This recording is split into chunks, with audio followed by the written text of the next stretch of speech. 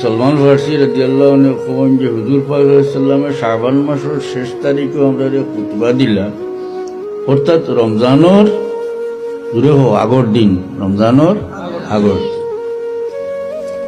আল্লাহ নবী ফরমান, ইয়া আইয়ুহান নাস, হে মানুষ সকল, কাদ আযাল্লাকুম শাহরুন মুবারাকুন আযীম, তোমার সামনে আইয়া পড়ছে একটা বরকতময় মহান মাস।